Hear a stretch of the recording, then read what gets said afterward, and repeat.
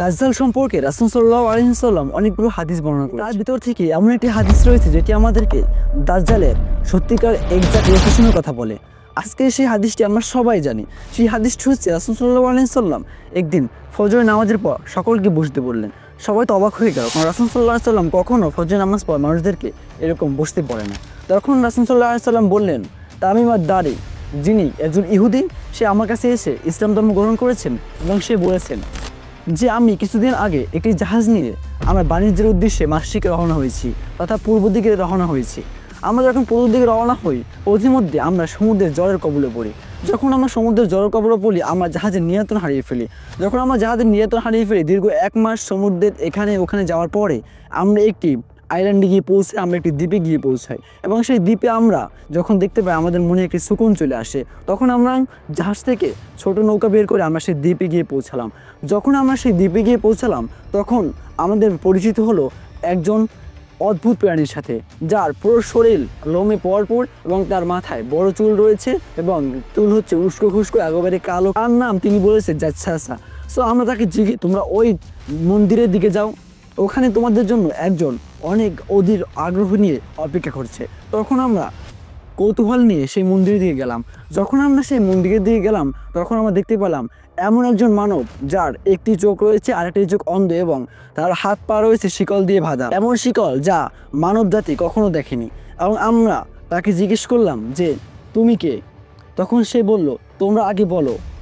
সে আমাদের কাছে প্রশ্ন করলো, বাইসানে খেজুর বাগানে এখন কি খেজুর ধরে? আমরা বললাম হ্যাঁ, সেখানে তো এখন অনেক খেজুর ধরে। তখন সে আমাদেরকে বলল যে অচিরেই সেখানে আর খেজুর ধরবে না। তোমরা আমাকে বলো, তাবারিয়া সাগরে কি এখনও পানি রয়েছে? আমরা বললাম হ্যাঁ, সেখানে তো এখন অনেক পানি রয়েছে। তখন সে বলল, অচিরেই সেখানে আর পানি থাকবে না। এবং সে আমাদেরকে বলল, এখন তোমরা শোনো আমি কে? আমি হচ্ছি দাজ্জাল। যা রাসূল সাল্লাল্লাহু আলাইহি ওয়াসাল্লাম সাহাবীদের ভিতরে বর্ণনা করার পর সে বলল, তোমরা সবাই দাজ্জালের ফিতনা থেকে অবশ্যই নিজেকে বাঁচানোর চেষ্টা করবে। এবং সাহাবীরা তার ভিতর থেকে প্রশ্ন করলো, ইয়া রাসূলুল্লাহ, যদি যখন দাজ্জাল আসবে, আপনি থাকা অবস্থায় দাজ্জাল আসে, তাহলে কি হবে? তখন রাসূল সাল্লাল্লাহু আলাইহি ওয়াসাল্লাম বললেন, যদি আমি থাকা অবস্থায় দাজ্জাল এসে পড়ে, তাহলে আমি নিজেই তার সাথে ঝগড়া করব। এবং রাসূল সাল্লাল্লাহু আলাইহি ওয়াসাল্লাম বললেন, দাজ্জাল পূর্ব দিকে রয়েছে, দাজ্জাল পূর্ব দিকে রয়েছে এবং দাজ্জাল পূর্ব দিকে রয়েছে, নাকি সে ইয়ামানের সমুদ্রে রয়েছে এবং সে শামেও নেই এবং সে ইয়েমেনের সমুদ্রেও নেই। এখন আমরা যদি মদিনা থেকে সোজা একে লাইন টানি এবং সেই লাইনটি যদি আমরা পূর্ব দিকে টানতে থাকি, তাহলে আমাদের সামনে অনেকগুলো আইল্যান্ড পড়ে, যেখানে অবশ্যই মনে রাখতে হবে একটি মন্দির ছিল। কিন্তু সামনে আমাদের যে ইয়েমেনের সাগরে যে দুটি দ্বীপ রয়েছে, সেখানে কোনো ধরনের মন্দির নেই। তার মাধ্যমে আমাদের সামনে আরেকটি দ্বীপ রয়েছে, সেটি হচ্ছে পাকিস্তানের আস্তরা আইল্যান্ড। এই দ্বীপে একটি মন্দির রয়েছে এবং সেটি হচ্ছে হিন্দুদের কালী মাতা যে রয়েছে তার একটি মন্দির। এবং আপনারা হয়তো বলতে পারেন যে 40-50 বছর আগে এই মন্দিরগুলো তৈরি হয়েছে, কিন্তু না, সেখানে হয়েছে 2000 বছর পুরনো মন্দির। এবং আপনাদের সেই প্রাণীর কথা তো অবশ্যই মনে আছে, যার পরিচয় সে দিয়েছিল জাচ্ছাসা নামে, যার সম্পূর্ণ কালো চুল এবং কালো একটি কুৎসিত চেহারা, যা হিন্দুদের কালী মাতা যে দেবী রয়েছে তার সাথে সম্পূর্ণ মিলে যাচ্ছে।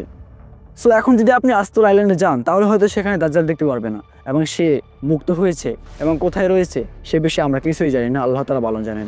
এবং আমরা রাসূল সাল্লাল্লাহু আলাইহি ওয়াসাল্লাম বলেছেন, যদি আমরা এই দাজ্জালের ফিতনা থেকে মুক্তি করতে চাই, তাহলে আমাদেরকে অবশ্যই প্রয়োজন হচ্ছে সূরা কাহাফ পড়া এবং নিজেদেরকে ঈমানের সাথে সবসময় অটল রাখা। পরবর্তীতে ইসলামের কোন ইতিহাস সম্পর্কে বিস্তারিত জানতে চান, অবশ্যই কমেন্টে জানান।